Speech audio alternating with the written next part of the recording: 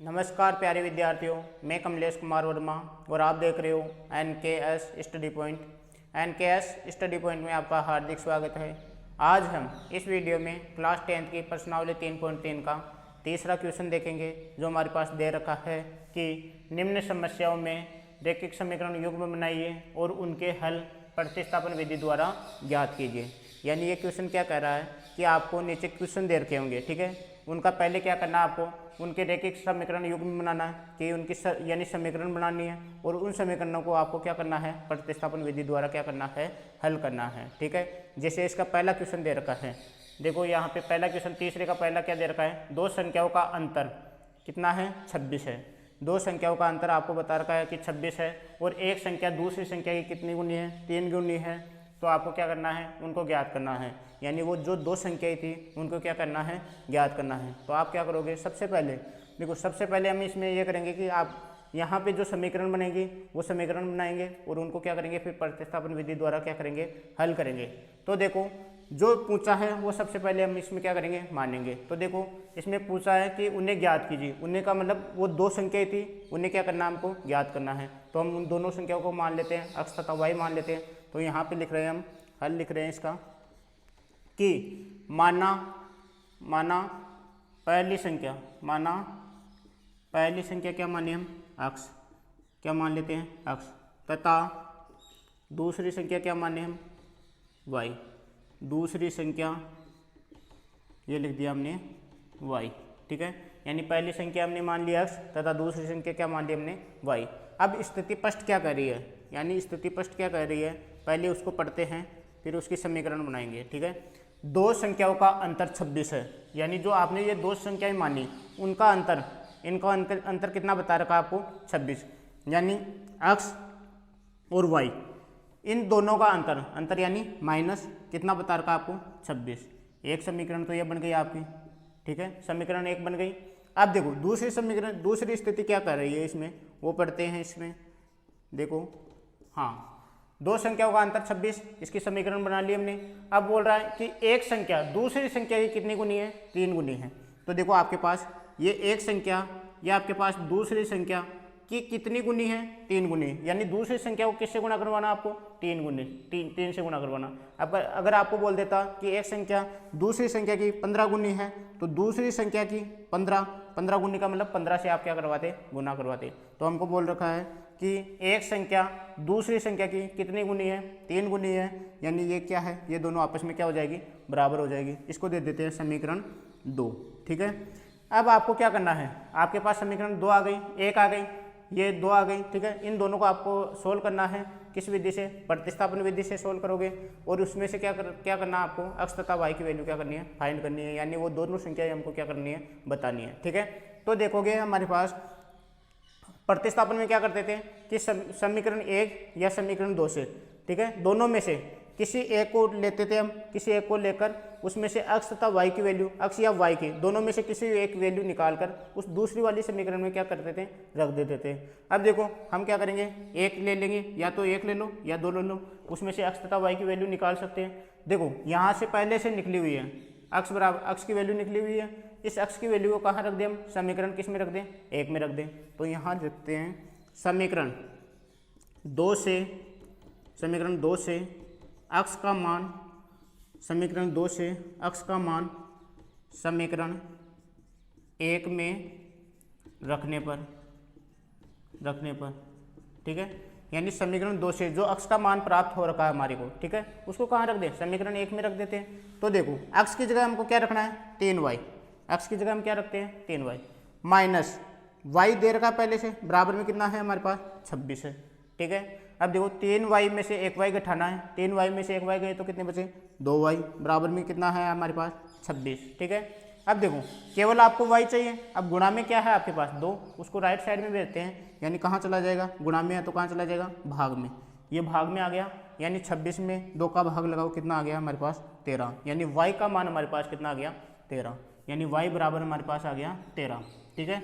अब इसके बाद में इस y का मान समीकरण 1 में भी रख सकते हो, समीकरण 2 में भी रख सकते हो। हम y का मान कहाँ रख दें, समीकरण 2 में रख दें। x की वैल्यू भी निकालनी है हमको, ठीक है। तो y का मान समीकरण कौन से में रखेंगे, समीकरण 2 में रखने पर, y का मान समीकरण 2 में रखने पर, तो देखो x की जगह x बराबर 3 और y का मान क्या रखेंगे 13, समीकरण कौन से में रखेंगे 2 में, तो y की जगह मैंने रख दिया 13, तो 13 रख दिया। तो देखो 13 को किससे गुणा करवाना 3 से, 13 3 39, यानी x का मान हमारे पास कितना प्राप्त हो गया 39। तो देखोगे x का मान 39 और y का मान कितना आ गया 13, तो यहाँ लिख देते हैं। अतः x क्या मान आता हमने, x क्या मान आता पहली संख्या, अतः पहली संख्या तो कितनी हो गई हमारे पास, पहली संख्या 39 तथा दूसरी संख्या क्या मानी थी हमने y, तो दूसरी संख्या क्या हो गई हमारे पास, कितनी प्राप्त हुई 13, ठीक है। यानी हमारे पास पहली संख्या तो 39 और दूसरी संख्या कितनी प्राप्त हो गई हमें 13 प्राप्त हो गई, ठीक है। अब हम इसी क्रम में हम आगे बढ़ते हैं और इसका देखते हैं क्वेश्चन नंबर 2।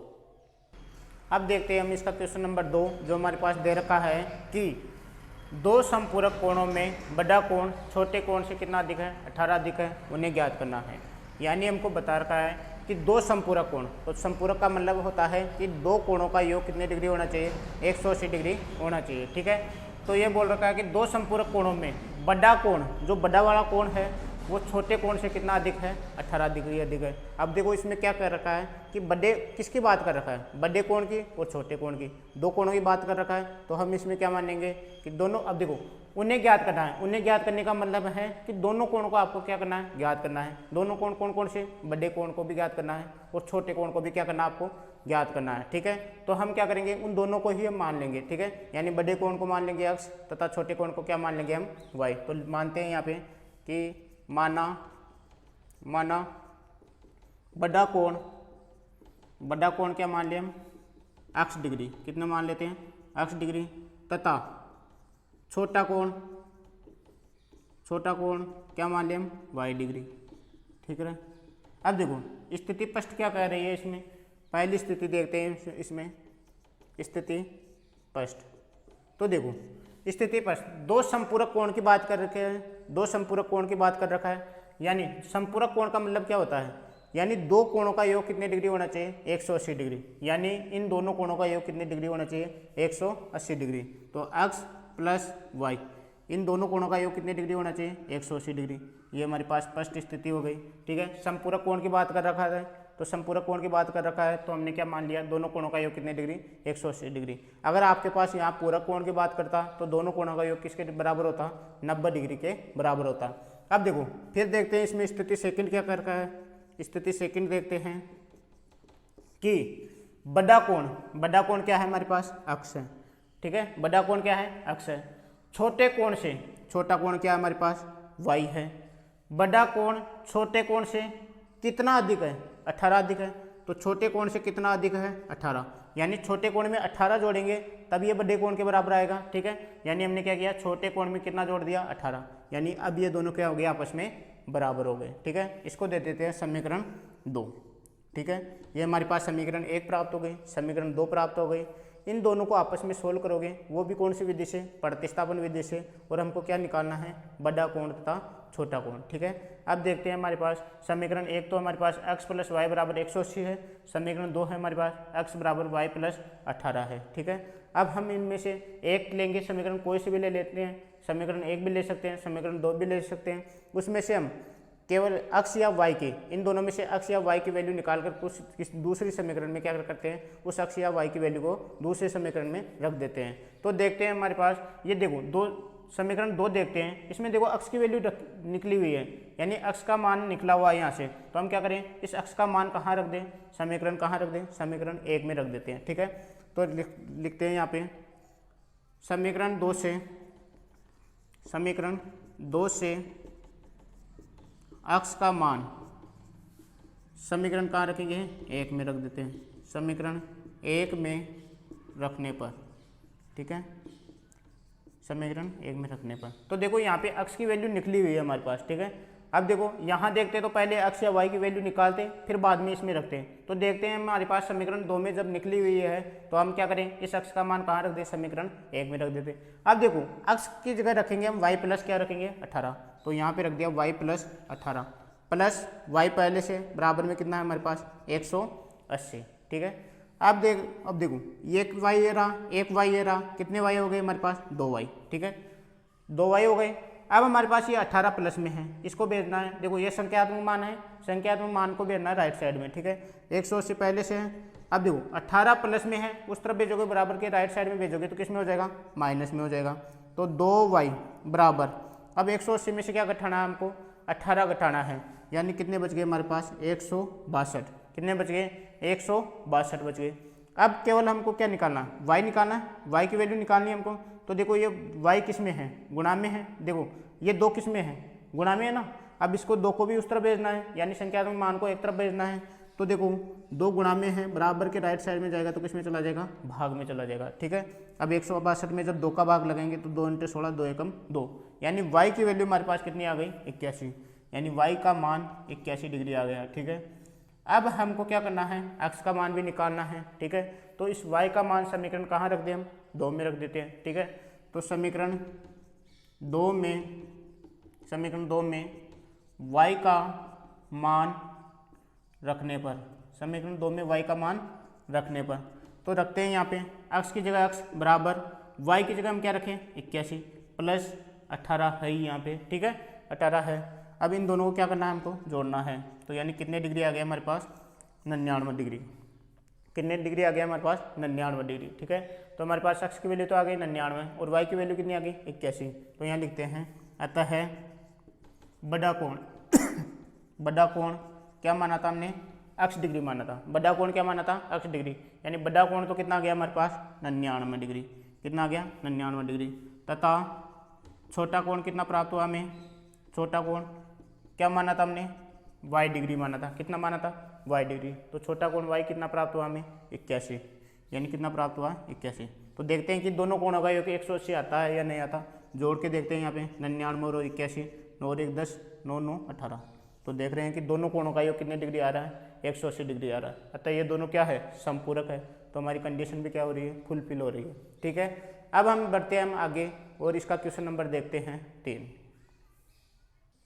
अब देखते हैं हम इसका क्वेश्चन नंबर 3 जो हमारे पास दे रखा है कि एक क्रिकेट टीम के एक कोच ने 7 बल्ले और 6 गेंदें कितने रुपए में खरीदी? 3800 रुपये में खरीदी। बाद में उसने क्या किया? 3 बल्ले और 5 गेंदें 1750 रुपये में खरीदी। हमको क्या ज्ञात करना है? प्रत्येक बल्ले और प्रत्येक गेंद का मूल्य क्या करना है? हमको ज्ञात करना है, ठीक है।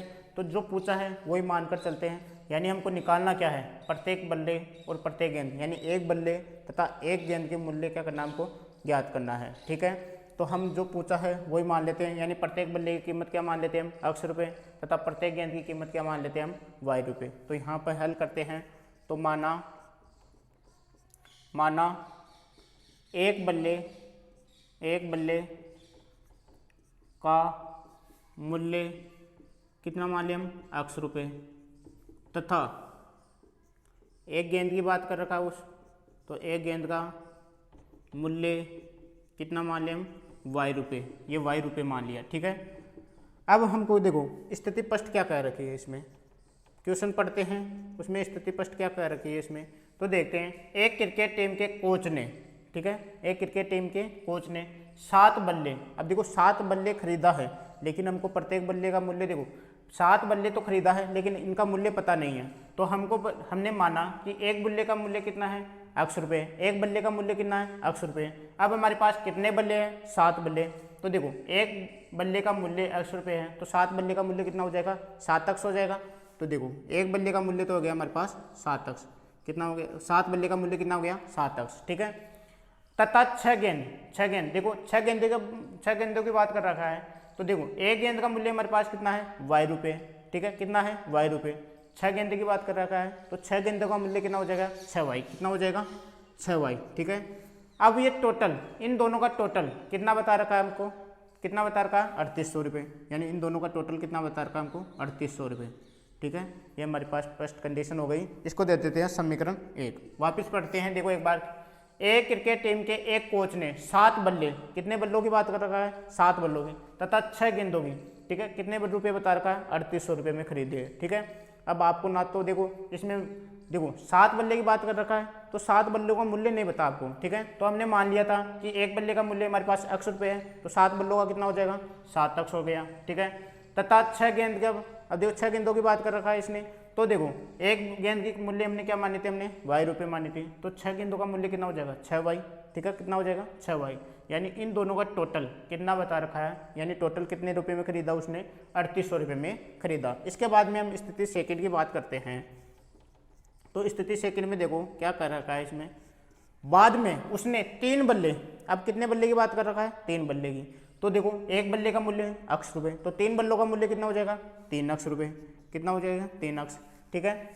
तथा 5 गेंदे, अब कितने गेंदे की बात कर रखा है उसने 5 गेंदों की, तो एक गेंद का मूल्य 5 रुपये, एक गेंद का मूल्य सॉरी वाई रुपये, कितना रुपये वाई रुपये, तो 5 गेंदों की बात कर रखा है उसने, तो 5 वाई हो जाएगा, कितना हो जाएगा 5 वाई, और इनका टोटल कितने रुपए दिया उसने, टोटल कितने रुपए दिया उसने 1750 रुपये। ये हमारे पास कौन सी समीकरण हो गई, 2 समीकरण, एक हो गई ये 7x प्लस 6y बराबर 3800, दूसरी समीकरण कौन सी हो गई 3x प्लस 5y बराबर में 1750। अब इन दोनों समीकरणों को आपस में सोल्व करना है, वो भी किस विधि से, प्रतिस्थापन विधि से, और सोल्व करने के बाद में हमको x तथा y का मान निकालना है, ठीक है। तो देखते हैं, समीकरण 1 लेते हैं, उससे x या y की वैल्यू निकालते हैं और उसको किस में रखते हैं, हम समीकरण 2 में रखते हैं, ठीक है। तो हम समीकरण 1 ले रहे हैं, ठीक है, समीकरण 1 लेंगे तो हमारे पास 7x प्लस 6y बराबर में है हमारे पास 3800 रुपये, ठीक है, यही है। अब इसमें से x या y की वैल्यू निकालते हैं, तो मैं निकाल रहा हूँ यहाँ से x की वैल्यू, तो x की वैल्यू निकालूंगा तो x को रख लूँगा लेफ्ट साइड में और बाकी मान को राइट साइड में भेज दूंगा। तो देखो 7x बराबर 3800 रुपये तो है बराबर के उस तरफ राइट साइड में, अब 6y भी जाएगा उस तरफ, ठीक है, 6y को भी भेजना है, ठीक है, 6y किस में है लेफ्ट साइड में, प्लस में है, राइट साइड में जाएगा तो किस में हो जाएगा माइनस में, ये माइनस में 6y हो गया। अब हमको केवल अक्ष चाहिए यहाँ पे, अब देखो अक्ष के गुणा में क्या है, अभी 7 है, अब देखो गुणा में है तो कहाँ चला जाएगा, भाग में चला जाएगा, तो अक्ष बराबर 3800 माइनस 6y और भाग में क्या आ गया आपके पास 7, कितना आ गया 7, ठीक है, ये हमारे पास अक्ष की वैल्यू आ गई। इसको दे दो समीकरण 3, ये समीकरण 3 दे दी हमने। अब इस समीकरण 3 देखो, समीकरण 3 से अक्ष का मान, अक्ष की वैल्यू निकाली हमने, किससे निकाली, समीकरण 1 से, किससे निकाली हमने समीकरण 1 से, समीकरण 1 से अक्ष की वैल्यू निकाली, तो इस समीकरण 1 से अक्ष की वैल्यू निकाली, उसको कहाँ से रखेंगे हम, समीकरण किस में रखेंगे 2 में, तो रखते हैं यहाँ पे समीकरण 3 से, समीकरण 3 से अक्ष का मान समीकरण किस में रखेंगे, समीकरण 2 में रखने पर, ठीक है, कहाँ रखेंगे समीकरण 2 में रखने पर। अब देखो समीकरण 2 ये रही हमारे पास, इसमें अक्ष जहाँ भी है वो क्या रखेंगे, यहाँ पे ये वैल्यू रखेंगे, ठीक है, तो रखते हैं यहाँ पे। तो देखो 7, देखो 3 है यहाँ पे, तो 3 की जगह हमने रख दिया 3, ठीक है। अब यहाँ पे आ गया अक्ष, अक्ष का मान हमने निकाला ये वाला, तो ये वाली वैल्यू रखनी है यहाँ पे, तो इसके गुणा में लिखना है, तो गुणा में लिखेंगे तो ब्रैकेट लगाना जरूरी है, 3800 माइनस 6y बटे में कितना है हमारे पास 7, ठीक है, यानी अक्ष का मान रख दिया हमने, ठीक है, प्लस है हमारे पास, ये प्लस रख दिया, 5y है बराबर में कितना है हमारे पास 1750, ठीक है, 1750। आगे सोल्व करते हैं। अब देखो 3 को क्या करना है, अंदर गुणा करना है हमको, ठीक है, 3 को कहाँ गुणा करोगे, अंदर गुणा करोगे, तो यानी दोनों संख्याओं से क्या होगी, गुणा होगी। तो देखो 3 को 3800 से गुणा करते हैं, तो देखो 0 की जगह 0, 0, 8 को 3 से गुणा करो, 8 3 24, हासिल हो गई 2, और 3 को 3 से गुणा करो, 3 3 9 और 2 कितने हो गए 11, यानी हमारे पास हो गया 11,400, यानी 3800 को किससे गुणा किया हमने 3 से गुणा किया, तो हमारे पास आ गया 11,400 माइनस 6y को किससे गुणा करेंगे 3 से, ठीक है, तो 6 को 3 से गुणा करो 36 18, 18y हो गए बटे में कितना है हमारे पास 7 प्लस 5y बराबर में 1750, ठीक है। आगे सोल्व करते हैं। अब देखो इन दोनों का भी हमको क्या लेना है, एलसीएम लेना है, क्या लोगे एलसीएम, इसके भाग में क्या है हमारे पास, हर में क्या है 1 मान लेते हैं, ठीक है, और 1 और 7 का एलसीएम क्या आएगा 7 ही आएगा, 1 और 7 का एलसीएम क्या आएगा 7, 7 का भाग जब 7 में लगाओगे 1 बार जाएगा, और 1 को जब इस संख्या से गुणा करोगे तो कितना आएगी, यही वैल्यू क्या होगी आपके पास वापस आ जाएगी, 11,400 माइनस 18y प्लस है, ठीक है, 1 का भाग लगाओ किसमें 7 में, कितने बार जाएगा 7 बार, 7 को 5 से गुणा करो, 7 को 5 से गुणा करोगे तो 7 पंजे 35 और y बराबर में कितना है 1750, ठीक है। अब हम आगे क्या करें, अब ये 7 है, 7 किस में है भाग में है, भाग में है तो उस तरफ भेज देते हैं, ठीक है, यानी राइट साइड में भेज देंगे। राइट साइड में भेजोगे तो भाग में है तो किस में चला जाएगा, वो गुणा में चला जाएगा, ठीक है। अब देखो 11,400 माइनस, देखो अब देखो इसको सोल्व कर लेते हैं, यहाँ भी वाई है यहाँ भी वाई है, ठीक है। अब देखो ये 35 वाई है, ये 18 वाई है। देखो 35 वाई किस में है, प्लस में है, 18 वाई किस में है, माइनस में, यानी एक प्लस में दूसरा किस में है हमारे पास, माइनस में। जब एक प्लस में हो दूसरी संख्या माइनस में हो, इसका मतलब ये घटेगा। तो देखो 35 में से 18 गए तो कितने बचे, 17, कितने बचे, 17, 17 वाई, ठीक है। अब देखो चिन्ह कौन सा आएगा, बड़ी संख्या वाला। बड़ी संख्या कौन सी है हमारे पास, 35 है। 35 के आगे कौन सा चिन्ह है, प्लस, यानी हमारे पास यहाँ पे आएगा प्लस का चिन्ह, ठीक है, बराबर। अब देखो 1750 है यहाँ पे, 1750 पहले से ये भाग में है, उस तरफ जाएगा तो किस में हो जाएगा, गुणा में। ये गुणा में क्या आ गया, 7, ठीक है। आगे सोल्व करते हैं, 11,400 प्लस 17 वाई बराबर। अब देखो अब यहाँ पे देखते हैं तो 1750 को किससे गुणा करेंगे, 7 से। तो गुणा करते हैं, 7 को 0 से गुणा करो 0, 7 को 5 से गुणा करते हैं, 7 पंजे 35, हासिल 3। 7 को 7 से गुणा करो, 7 7 49, 49 में हासिल 3 और है, 49 में 3 जोड़ो, 49 और 3 कितने हो गए, 52, 52 हासिल 5। 7 को 1 से गुणा करो, 7 एकम 7 और 5 हासिल जोड़ते हैं 7, 7 और 5 कितने हो गए, 12, ठीक है, यानी कितने हो गए, 12,250। अब हमको केवल देखो y की वैल्यू निकालनी है। अब ये संख्या का मान हमारे पास 11,400 और है, इसको भी राइट साइड में भेज देते हैं, ठीक है। ये प्लस में है, राइट साइड में जाएगा तो किस में हो जाएगा, माइनस में हो जाएगा। 12,250 माइनस 11,400, 12,250 माइनस 11,400, उसको घटा लेते हैं। 12,250 में से 11,400 को घटाएंगे तो 0, 5, 12 में से 4 गए तो 8 और 1 में से गए 0, यानी 800 कितने बच गए, 50, कितने बच गए, 850। और इस तरफ क्या है हमारे पास, 17 वाई, कितना है, 17 वाई, ठीक है। अब y की वैल्यू निकालनी है। अब देखो ये 17 किस में है, गुणा में है, इसको भी बेरना है, ठीक है। तो 17 गुणा में है तो ये 17 भाग में चला जाएगा राइट साइड में, ठीक है। 17 का भाग लगाएंगे, यानी 17 5 85 0, यानी y की वैल्यू कितनी आ गई हमारे पास, 50, कितनी आ गई, 50। अब देखो y की वैल्यू आ गई हमारे पास 50, ठीक है। अब हमको किसकी वैल्यू और निकालनी है, अक्स की वैल्यू और निकालनी है, ठीक है। तो अक्स की वैल्यू और निकालते हैं हम यहाँ से। तो ये मैं मिटा देता हूँ यहाँ पे, ठीक है, ये मैंने मिटा दिया, ये रहने देते हैं, ये मैंने मिटा दिया। अब देखो y की वैल्यू आ गई, अब हमको निकालना है अक्स की वैल्यू। अब देखो y की वैल्यू आपको क्या करना है, इस समीकरण किस में रखना है, 3 में रखना है। आप 1 में भी रख सकते थे, 2 में भी रख सकते थे, मैं कहाँ रख रहा हूँ इसमें, समीकरण 3 में, यानी y की वैल्यू कहाँ रख रहा हूँ मैं, समीकरण 3 में। तो लिख रहा हूँ यहाँ पे y का मान समीकरण 3 में रखने पर, तो y का मान समीकरण 3 में रख रहे हैं, तो अक्स की जगह अक्स बराबर 3800 माइनस 6 की जगह 6 है, ठीक है। अब देखो y है, y की वैल्यू हमने कितनी निकाली, 50, तो यहाँ पे रख रहा हूँ मैं 50 और बटे में कितना है हमारे पास, 7। तो अक्स बराबर, अब इसको मैं मिटा देता हूँ, तो देखो अक्स बराबर 3800 माइनस 6 को 5 से गुणा करो, यानी 50 को 6 से गुणा करो, यानी 300 हो गया, बटे में कितना है, 7। अक्स की वैल्यू बराबर, अब देखो 3800 में से 300 गए तो कितने बचे, 3500, कितने बचे, 3500 बटे 7। अक्स का मान निकालना है तो 7 का भाग लगाएंगे, कितना आ गया, 500, कितना आ गया, 500, ठीक है। अब अक्स की वैल्यू कितनी आ गई हमारे पास, 500 आ गई, ठीक है। अब देखो अक्स की वैल्यू हमारे पास 500 आ गई, वाई की वैल्यू कितनी आ गई, 50, तो यहाँ पे रख रहे हैं हम, तो हमारे पास दोनों वैल्यू आ गई, तो यहाँ पे लिख रहे हैं हम, अतः हमारे पास अक्स की वैल्यू लिखते हैं यहाँ पे, अतः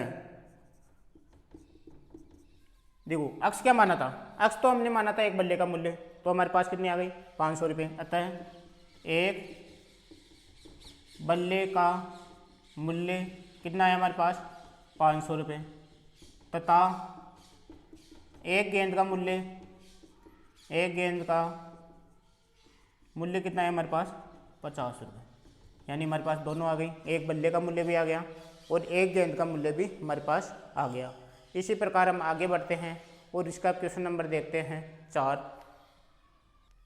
अब देखते हैं हम इसका क्वेश्चन नंबर 4, जो हमारे पास दे रखा है कि एक नगर में टैक्सी के भाड़े के एक नियत भाड़े के अतिरिक्त चली गई दूरी पर भाड़ा सम्मिलित किया जाता है। 10 किलोमीटर दूरी के लिए भाड़ा 105 रुपये है, और 15 किलोमीटर दूरी के लिए भाड़ा कितना है हमारे पास 155 रुपये है। नियत भाड़ा और प्रति किलोमीटर भाड़ा क्या है, देखो इसमें आपको बताना है कि नियत भाड़ा कितना रुपये है और प्रति किलोमीटर भाड़ा वो कितना रुपये है। एक व्यक्ति को 25 किलोमीटर यात्रा करने के लिए कितना भाड़ा देना होगा। इसमें आपको 3 क्वेश्चन पूछा है। पहला क्वेश्चन नियत भाड़ा आपको बताना है, दूसरा क्वेश्चन प्रति किलोमीटर भाड़ा क्या है वो बताना है, तीसरा क्वेश्चन अलग से और पूछा है कि एक व्यक्ति को 25 किलोमीटर यात्रा करनी है तो उसके लिए कितना भाड़ा उसे देना पड़ेगा। तो देखते हैं ये क्वेश्चन करने का मतलब क्या है, इसमें क्या पूछ रहा है इसमें, तो देखते हैं। देखो मान लो एक व्यक्ति है जिसका घर यहाँ पे है, क्या है घर, ठीक है। अब मान लो ये रोजाना यहाँ पे ऑफिस जाता है, कहाँ जाता है ऑफिस जाता है, ठीक है। अब किसी की गाड़ी लगा रखी है यहाँ पे, कोई ड्राइवर है उसने गाड़ी लगा रखी है, किसी व्यक्ति को यहाँ से लेके जाता है और रोज़ कहाँ पे लेके जाता है अपने ऑफिस पर लेके जाता है, ठीक है। अब मान लो ये रोज़ाना 200 रुपये लेता है, ठीक है। कितने रुपए कि बोलता है कि सर मेरे को यहाँ से जाकर यहाँ पर वापस आने के लिए मेरे को कितने रुपए देना पड़ेगा आपको 200 रुपये, कितने रुपये 200 रुपये देना पड़ेगा, ठीक है। अगर आप इसके अलावा यहाँ तक तो रोज जाते हो, ठीक है, ये तो नियत भाड़ा हो गया, इतना 200 रुपये तो फिक्स भाड़ा हो गया कि 200 रुपये तो आपको देना ही पड़ेगा, ठीक है। इसके अलावा आप मान लो मार्केट में जाते हो, ठीक है, और कहीं घूमने जाते हो, ठीक है, उसके अलावा जो भाड़ा लगेगा वो अतिरिक्त लगेगा, उसका मान लो कुछ रुपए मान लो, यानी प्रति किलोमीटर के हिसाब से मान लो आप आज गए यहाँ पे गए बाजार में घूमने के लिए, मान लो 2 किलोमीटर गाड़ी चली, ठीक है। ऑफिस के बाद की बात कर रहा हूँ मैं, ठीक है। ऑफिस के बाद में जहाँ भी जाएगा उसका अलग से किराया आपको क्या करना पड़ेगा, देना पड़ेगा, ठीक है। यानी मान लो ये सब्जी लाने गया बाजार से, क्या लेने गया बाजार से सब्जी लाने गया, ठीक है। अब मान लो 1 किलोमीटर दूरी हो गई, ठीक है, 1 किलोमीटर दूरी हो गई तो उसको प्रति किलोमीटर के हिसाब से उसको अलग से भाड़ा और देना पड़ेगा। तो बोल दिया होगा उसने कि 8 रुपये किलोमीटर के हिसाब से, यानी 1 किलोमीटर चली तो कितने रुपए 8 रुपये किलोमीटर के हिसाब से आपको देना पड़ेगा। अगर मान लो 2 किलोमीटर चल जाती तो कितने रुपए देना पड़ता, 8 दूनी कितने हो गए 16, यानी 200 तो देना पड़ेगा ही। इसके अलावा 8 रुपये, ये 8 रुपये यानी 2 किलोमीटर 16, यानी 8 दूनी कितने हो गए 16, यानी 216 रुपये उस दिन का आपको उसको क्या करना पड़ेगा, देना पड़ेगा। तो यही क्वेश्चन इसमें समझा रखा है। देखो इसमें क्या कर रखा है कि एक नगर टैक्सी में भाड़े के एक नियत भाड़े का मतलब यहाँ से लेके यहाँ तक तो रोज जाता ही है, ठीक है। मान लो ये x किलोमीटर यानी x रुपये देता है, कितने रुपए देता है नियत भाड़ा, यानी x रुपये ये क्या करता है इसको देता है, फिक्स है कि x रुपये तो ये देगा ही। इसके अलावा अतिरिक्त चली गई दूरी पर भाड़ा सम्मिलित किया जाता है, यानी इसके अलावा अतिरिक्त चलता है उसके लिए इस भाड़े में और क्या किया जाता है उसमें सम्मिलित किया जाता है, यानी ये पैसे तो देगा ही, इसके अलावा और अलग से चलेगा तो इसी भाड़े में क्या किया जाएगा सम्मिलित। जैसे इसमें बोल रखा है कि 10 किलोमीटर दूरी के लिए कितना रुपये देता है 105 रुपये। अब मान लो यहाँ तक तो ये रोज जाता ही है, इसके अलावा वो बोल रहा है कि 10 किलोमीटर और जा रहा है, कितने किलोमीटर 10 किलोमीटर, तो मान लिया 1 किलोमीटर के लिए वो कितना रुपये लेता है वो y रुपये, कितने रुपये लेता है y रुपये लेता है, ठीक है। 1 किलोमीटर का किराया कितना मान लिया मैंने y रुपये। देखो नियत भाड़ा तो फिक्स x रुपये, यानी x रुपये लेगा, 200 500 जो भी फिक्स है वो रोज का तो लेगा ही, ठीक है। इसके अलावा 1 किलोमीटर गया तो मान लिया उसने y रुपये लिया, 2 किलोमीटर गया तो कितने रुपये लिया 2y, 3 किलोमीटर गया तो कितने रुपये लिया उसने 3y, 4 किलोमीटर गया तो कितने 4y। तो वो बोल रहा है कि 10 किलोमीटर गया, ठीक है, इसके अलावा अतिरिक्त कितना और गया 10 किलोमीटर, तो यानी इसके अलावा यहाँ से ऑफिस से 10 किलोमीटर गया तो कितने रुपए और देगा, यानी 10y, कितने हो गए 10y, यानी x तो देगा ही, इसके अलावा 10 किलोमीटर और यात्रा की तो यानी 10y और देगा, ठीक है। यानी 1 किलोमीटर का y तो 10 किलोमीटर गया तो कितने 10y।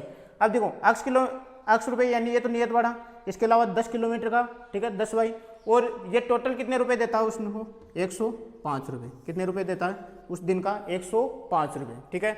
इसी प्रकार वो दूसरी बात कर रहा है कि 15 किलोमीटर के लिए, कितने किलोमीटर के लिए 15 किलोमीटर के लिए, वही बात आ गई, यहाँ फिक्स गया यानी x किलोमीटर तो यानी x रुपये तो दिया उसको, यानी यहाँ ऑफिस तक पहुँचने के x रुपये दिया। इसके अलावा 15 किलोमीटर और जाता है, यानी ऑफिस से 15 किलोमीटर और जाता है, तो मैंने बताया 1 किलोमीटर का y, तो 15 किलोमीटर का कितना हो गया 15y, यानी x तो देगा ही। इसके अलावा वो 15 किलोमीटर ऑफिस से अलग और घूमने गया, ठीक है, ऑफिस से और घूमने गया तो यानी y 1 किलोमीटर का y, तो 15 किलोमीटर का 15y, कितना रुपये 15 किलोमीटर का 15y, ठीक है।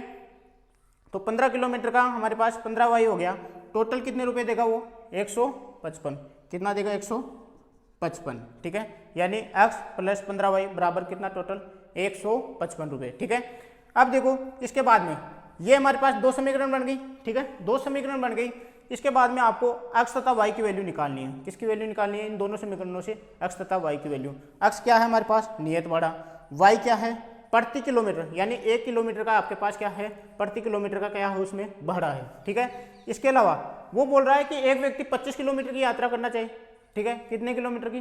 25 किलोमीटर की यात्रा के लिए उसको कितना भाड़ा देना पड़ेगा? तो देखो x तो जा ही रहा है, इसके अलावा वो 25 किलोमीटर और जा रहा है, यानी x तो जा रहा है, इसके अलावा वो 25 किलोमीटर और यात्रा करना चाहिए, तो उसके लिए कितना भाड़ा देना पड़ेगा? तो देखो x तो जा रहा है, इसके अलावा 1 किलोमीटर का मैंने बताया y, तो 25 किलोमीटर का कितना हो जाएगा आपके पास? 25y। कितना हो गया? 25y। उसके लिए उसको कितना रुपया देना पड़ेगा वो आपको क्या करना है? बताना है। वो वैल्यू कैसे निकालेंगे? हमारे पास ये दो समीकरण आ गई, उससे हमको क्या निकालेंगे? उससे हमको देखो x की वैल्यू निकालेंगे, उससे हम क्या निकालेंगे? x की वैल्यू निकालेंगे, y की वैल्यू निकालेंगे। ठीक है, यानी हम नियत भाड़ा निकालेंगे, प्रति किलोमीटर का भाड़ा और से निकालेंगे, और उसकी वैल्यू यहाँ पे रख के किसकी वैल्यू निकालेंगे? इस टोटल की वैल्यू निकाल के हम बता देंगे कि 25 किलोमीटर के लिए इतना भाड़ा देना पड़ेगा। ठीक है, तो हम मानते हैं यहाँ पे, माना नियत भाड़ा ये x रुपये है। ठीक है, और हम क्या मान लेते हैं? प्रति किलोमीटर का भाड़ा क्या मान लेते हैं? y रुपये। ठीक है, यहाँ तक समझ में आया? अब हम आगे बढ़ते हैं। यहाँ लिखता हूँ मैं, माना, हल लिखता हूँ पहले। माना नियत भाड़ा, तो क्या मान लेते हैं हम? नियत भाड़ा x रुपये। कितना मान लेते हैं? x रुपये। तथा प्रति किलोमीटर अतिरिक्त भाड़ा क्या मान लेते हैं हम? y रुपये। कितना मान लेते हैं?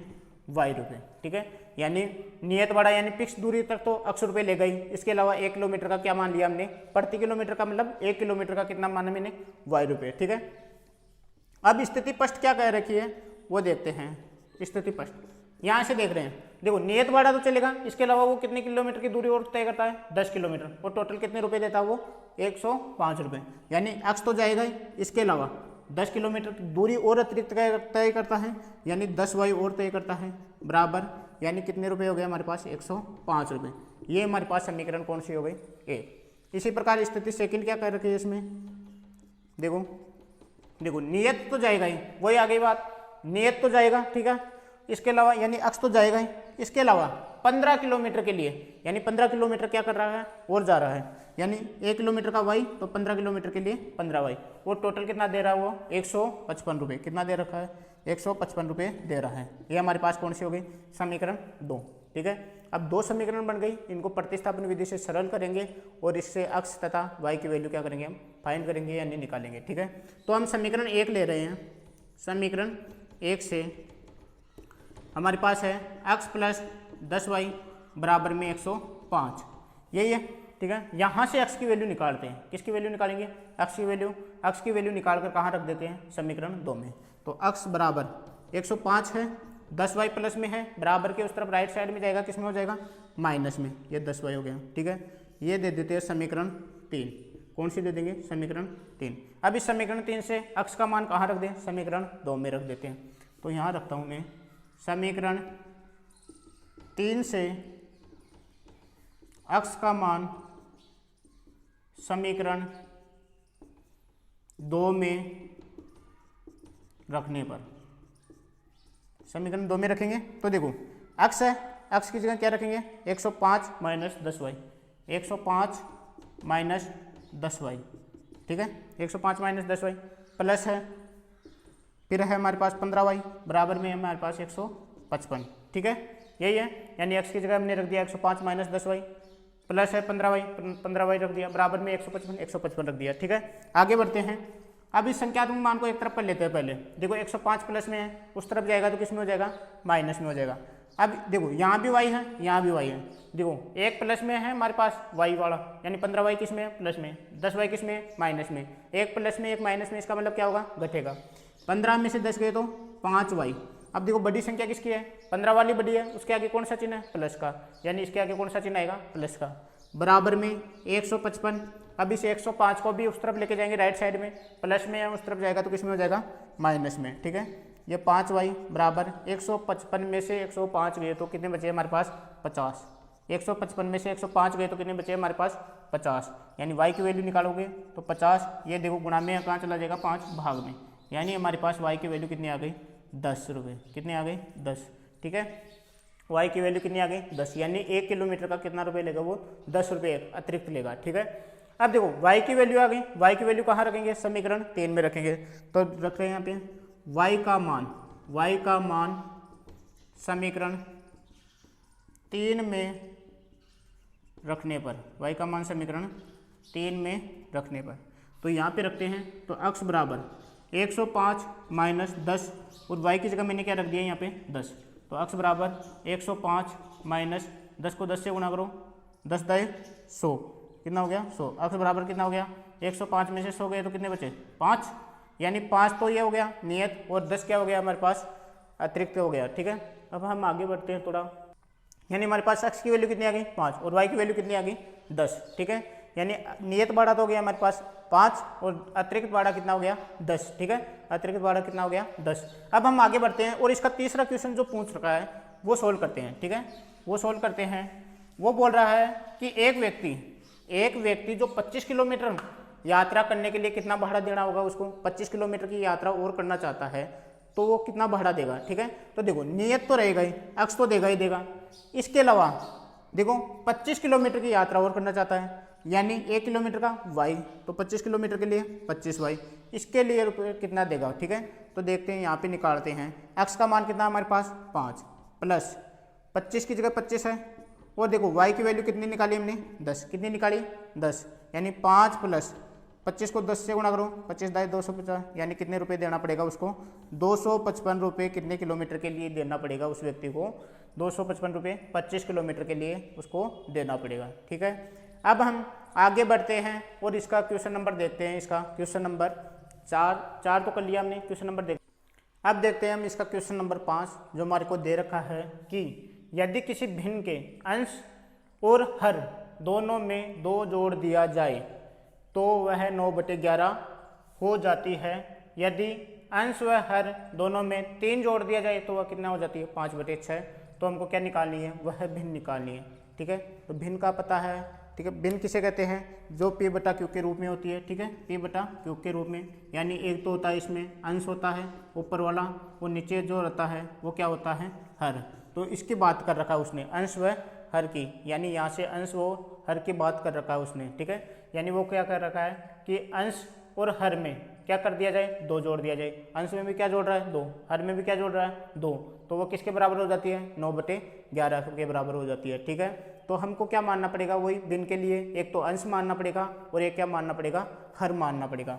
तो माना यहाँ पे लिख लेते हैं, माना भिन्न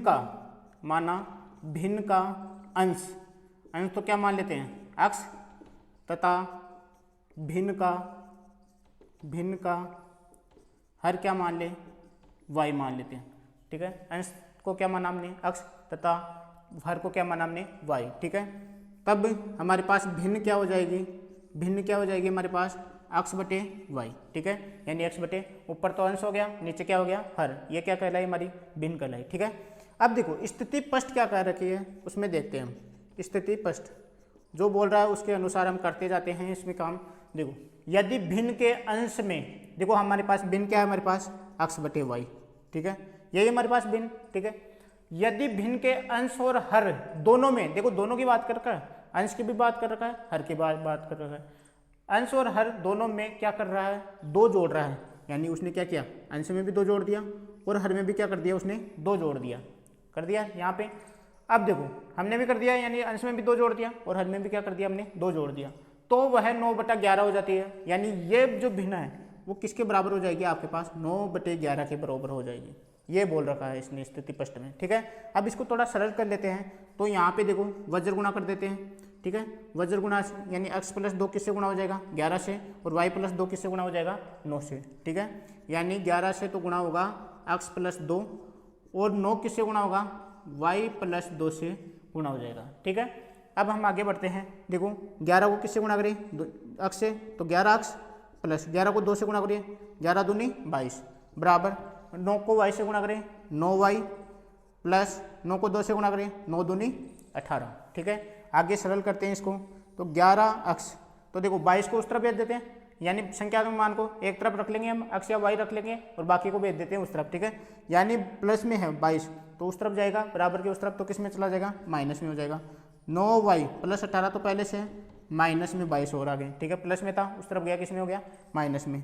तो 11x है, ठीक है, 11x बराबर 9y, देखो एक प्लस में है दूसरा किस में है, माइनस में, एक प्लस में दूसरा माइनस में, इसका मतलब क्या होगा, घटेगा। और 22 में से 18 गए तो कितने बचे, 4।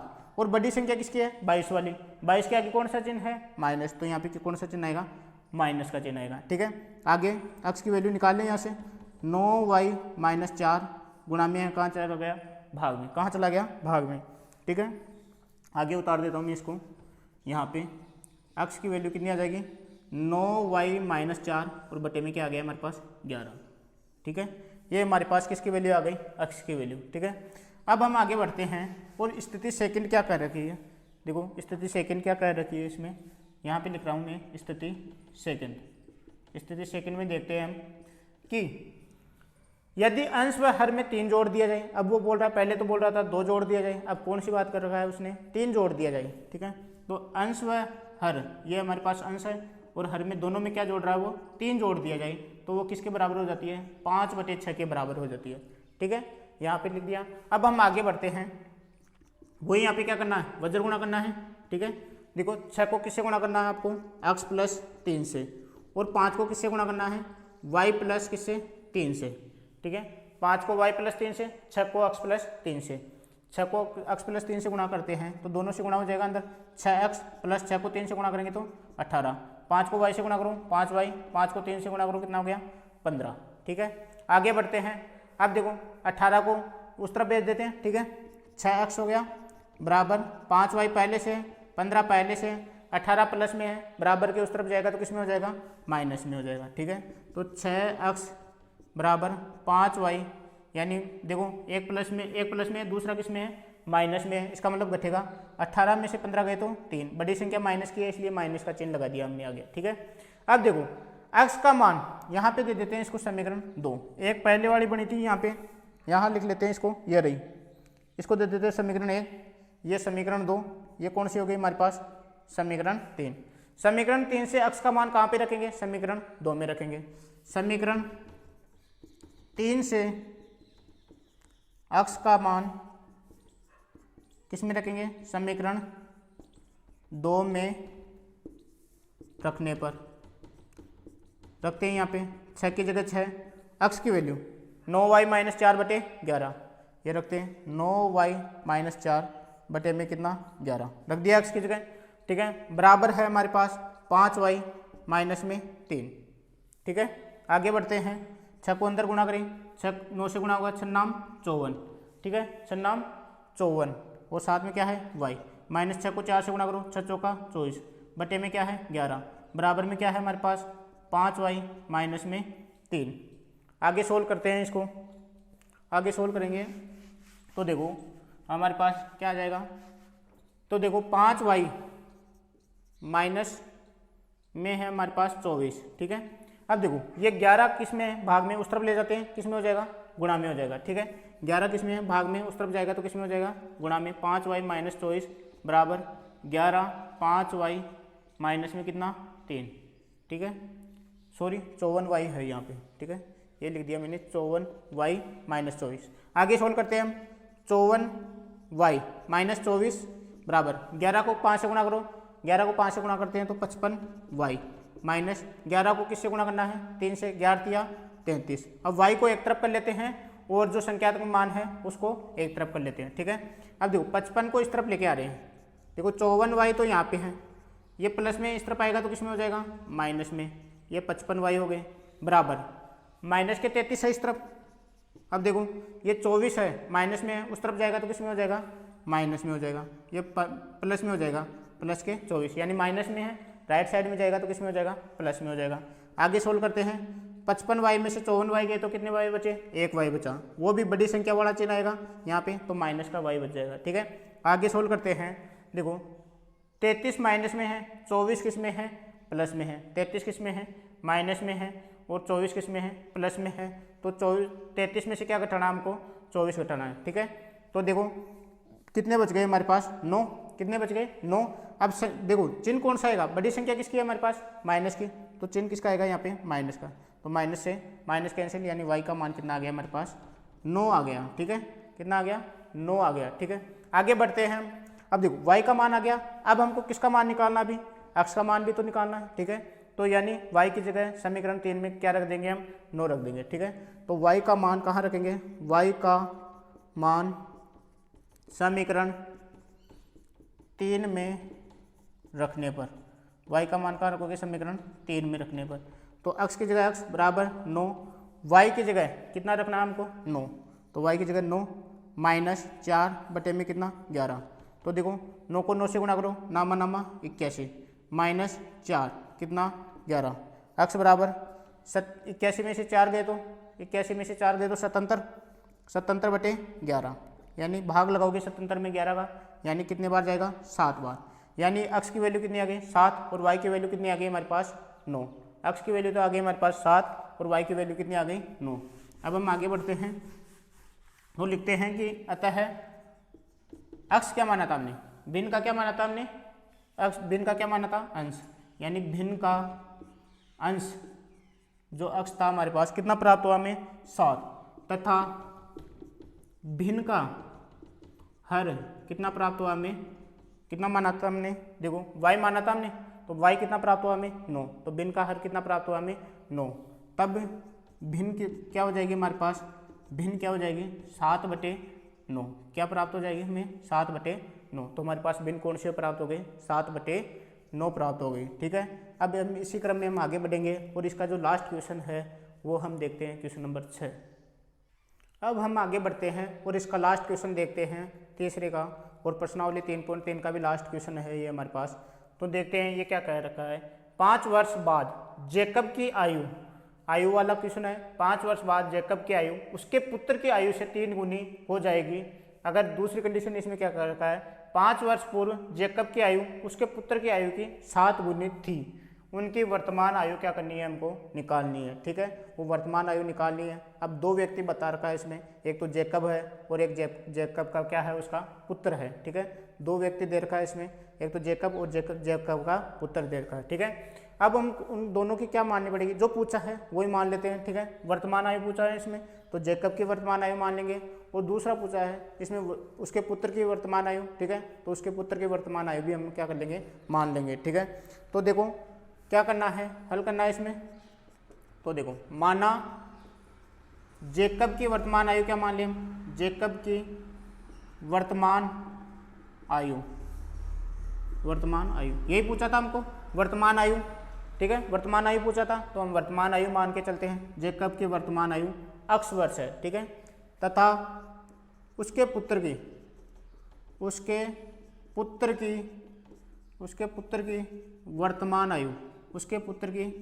वर्तमान आयु क्या मान लें, y वर्ष, ठीक है।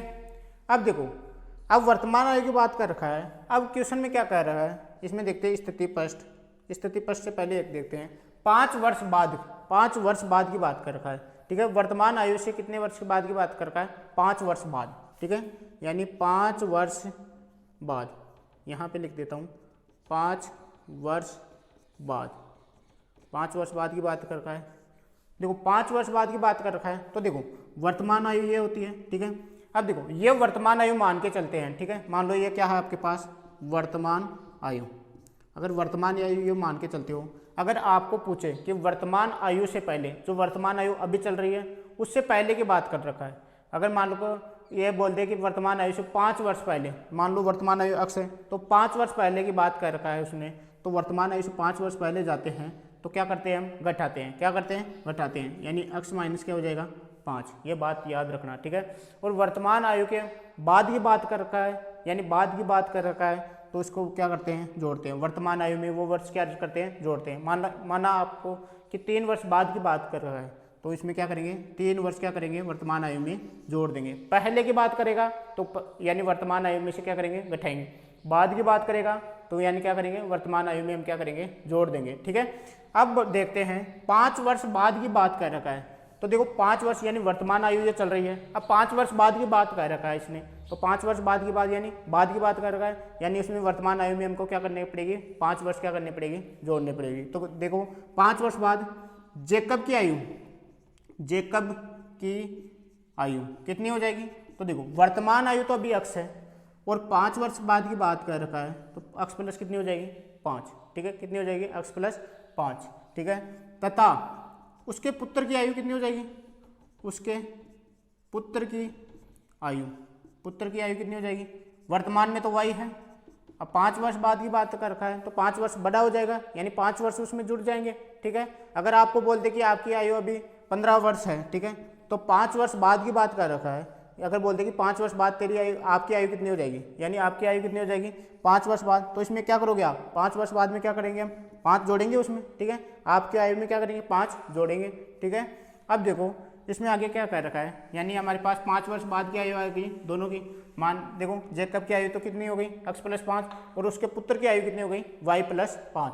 अब देखो क्वेश्चन में क्या कह रखा है, इसमें स्थिति पष्ट में देखते हैं, स्थिति पष्ट के अनुसार देखते हैं कि 5 वर्ष बाद जेकब की आयु, जेकब की आयु लिख लेते हैं, ठीक है, उसके पुत्र की आयु, उसके पुत्र की आयु भी लिख लेते हैं, लिख लिया, दोनों लिख लिया। अब वो बोल रहा है उसके पुत्र की आयु से 3 गुनी हो जाएगी, देखो किसके गुणा में बोल रखा है, उसके पुत्र की आयु के, उसके पुत्र की आयु की कितनी गुनी हो जाएगी, गुनी का मतलब गुणा करना है, 3 गुनी हो जाएगी, तब ये दोनों क्या हो जाएंगे आपस में बराबर हो जाएंगे, ये दोनों को क्या कर दिया हमने बराबर कर दिया, ठीक है। अब इसको सोल्व करते हैं, x प्लस ये 5, ठीक है, x प्लस 5, 3 को अंदर गुणा करते हैं, 3 को अंदर गुणा करो, दोनों से गुणा होगा 3y प्लस 3 को 5 से गुणा करो, 3 पंजे 15, ठीक है। अब एक तरफ कर लेते हैं, यानी केवल आपको एक तरफ x या y रखना है, ठीक है, एक समीकरण में मैं यहाँ पे रख रहा हूँ x, 5 को भेज रहा हूँ उस तरफ, 3y प्लस 15 तो है, ये प्लस में है, उस तरफ जाएगा तो किस में हो जाएगा माइनस में, ठीक है। x बराबर 3y प्लस 15 में से 5 गए तो कितने बचे 10, ठीक है। ये हमारे पास मान लो समीकरण 1 बन गई, क्या हो गई हमारे पास समीकरण 1 हो गई, x बराबर 3y प्लस 10, ठीक है, यानी 15 में से 5 गए तो कितने बचे 10, बड़ी संख्या प्लस की थी इसलिए हमने यहाँ पे क्या लगाया प्लस का चिन्ह लगाया, ठीक है। अब देखो स्थिति सेकंड क्या कह रखी है इसमें, यानी केवल ये तो अभी फर्स्ट कंडीशन से बनी है आपकी। अब वो बोल रहा है 5 वर्ष पूर्व, 5 वर्ष पूर्व की बात कर रहा है, यानी वर्तमान आयु से कितने वर्ष पूर्व 5 वर्ष पूर्व, तो यहाँ लिखता हूँ मैं 5 वर्ष पूर्व, 5 वर्ष पूर्व। तो देखो जेकब की आयु, जेकब की आयु तो कितनी हो जाएगी, अभी तो देखो वर्तमान आयु तो कितनी है x है, पहले की बात कर रखा है तो यानी घटाना पड़ेगा, यानी x माइनस 5, और उसके पुत्र की आयु, उसके पुत्र की आयु कितनी हो जाएगी, उसके पुत्र की आयु y है अभी वर्तमान में, y माइनस कितनी हो जाएगी 5, ठीक है, y माइनस क्या कर दिया हमने 5। अब देखो स्थिति सेकंड क्या कह रही है इसमें, ये लिखते हैं हम स्थिति सेकंड, तो देखो कि 5 वर्ष पूर्व जेकब की आयु लिख लेते हैं यहाँ पे, जेकब की आयु कितनी है x माइनस 5, उसके पुत्र की आयु, उसके पुत्र की आयु भी लिख लेते हैं y माइनस 5, उसके पुत्र की आयु 7 गुनी थी, उसके पुत्र की आयु कितनी गुनी थी 7 गुनी, यानी यहाँ से किससे गुना करवाना है 7 से, तब दोनों क्या हो जाएंगे आपस में बराबर हो जाएंगे, ठीक है। तो x माइनस 5 बराबर 7y, देखो 7 को अंदर गुना करवा रहे हैं 7y हो गया, माइनस 7 को 5 से गुना करवाओ, 7 पंजे 35, ठीक है। अब देखो 5 को उस तरफ लेके जाओ, ठीक है, यानी माइनस में है, उस तरफ जाएगा तो किस में हो जाएगा प्लस में, यानी x, और इस 7y को इस तरफ लेके आते हैं, ठीक है, ये प्लस में इस तरफ आएगा तो किस में हो जाएगा माइनस में, बराबर माइनस में 35 तो पहले से है, अब ये 5 और जाएगा किस में हो जाएगा प्लस में, ठीक है। तो x बराबर 7y बराबर माइनस के 35 और प्लस के कितने, प्लस के क्या है हमारे पास 5, यानी 35 में से 5 गए तो कितने बचे 30। अब बड़ी संख्या किसकी है माइनस की, तो यहाँ पे किसका चिन्ह आएगा माइनस का। ये हमारे पास कौन सी समीकरण हो गई 2, कौन सी समीकरण हो गई समीकरण 2, ठीक है। अब देखो अब समीकरण 1 ये हो गई, समीकरण 2 ये हो गई, इन दोनों को आपस में क्या करना है सोल्व करना है, सोल्व करने के बाद में हमको क्या निकालना है x तथा y की वैल्यू निकालनी है। तो क्या करें हम x की वैल्यू समीकरण कहाँ रख दें हम, समीकरण इसमें रख दें समीकरण 2 में, तो समीकरण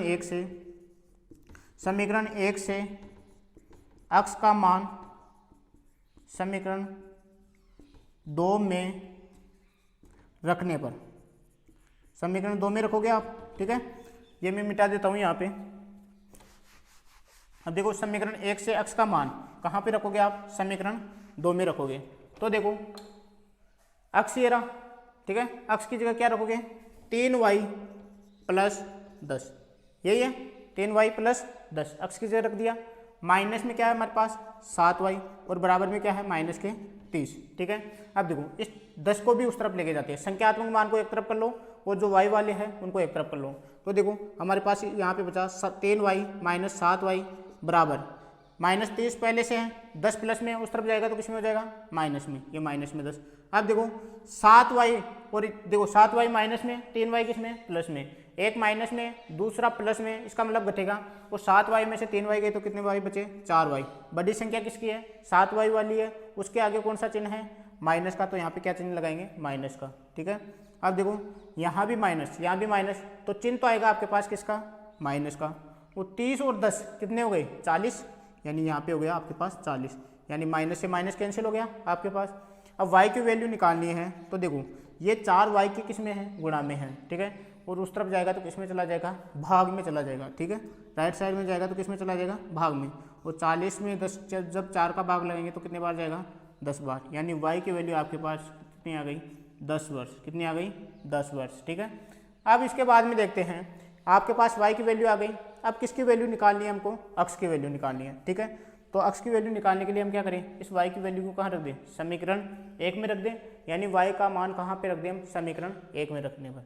तो यहाँ लिख देते हैं y का मान समीकरण 1 में रखने पर, y का मान समीकरण 1 में रखने पर देखो y की देखो समीकरण 1 ये रही हमारे पास x बराबर 3y प्लस 10, यानी यहाँ पे जो y दे रखा है वहाँ पे हम क्या रखेंगे 10 रखेंगे, क्या रखेंगे 10 रखेंगे। तो देखो x की जगह x बराबर 3, y की जगह हमने क्या रख लिया 10, कितना रखा हमने 10, ठीक है, यानी 3 के गुणा में y है तो 3 के गुणा में मैंने क्या रख दिया यहाँ पे 10, ठीक है। यहाँ पे ब्रैकेट लगाना जरूरी है आपको, प्लस है आपके पास ये 10 आ गया, ठीक है, रख दिया यहाँ पे।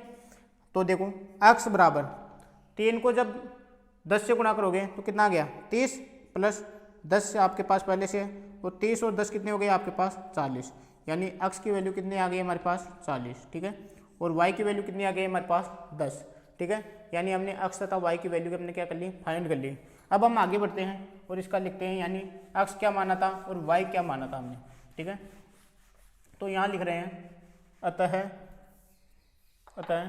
x बराबर, तो देखो हमने क्या प्राप्त किया x बराबर तो हमने प्राप्त कर लिया 40 और y बराबर कितना प्राप्त किया 10। यहाँ पे लिख देते थे क्या मानना था x क्या माना था हमने जेकब की वर्तमान आयु क्या मानी थी हमने, क्या मानी थी x।